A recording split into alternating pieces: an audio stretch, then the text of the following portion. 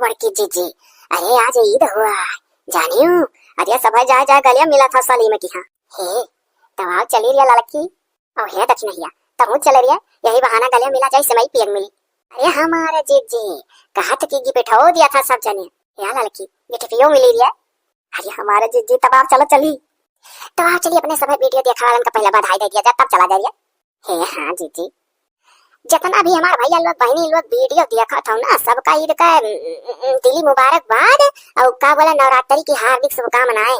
अब हमारे तरफ से अब हमारे अब एक चीज है भाई, देखो हमारे लोग पढ़े लिखे ना है गंवार में नहीं है, हमारे लोग का वीडियो वीडियो देख कर सब मजा ना लिया हंस लिया करो जी लिया करो, नहीं तो मरे छुट्टी पे बजना देखो हमारे वीडियो नहीं तो यार जी जी सरापा थी सबका नहीं है मैंने यह कही था कि जब मनोरंजन लिया ना तो जी है नहीं लिया तब एक दिन सब पुटुक गई है।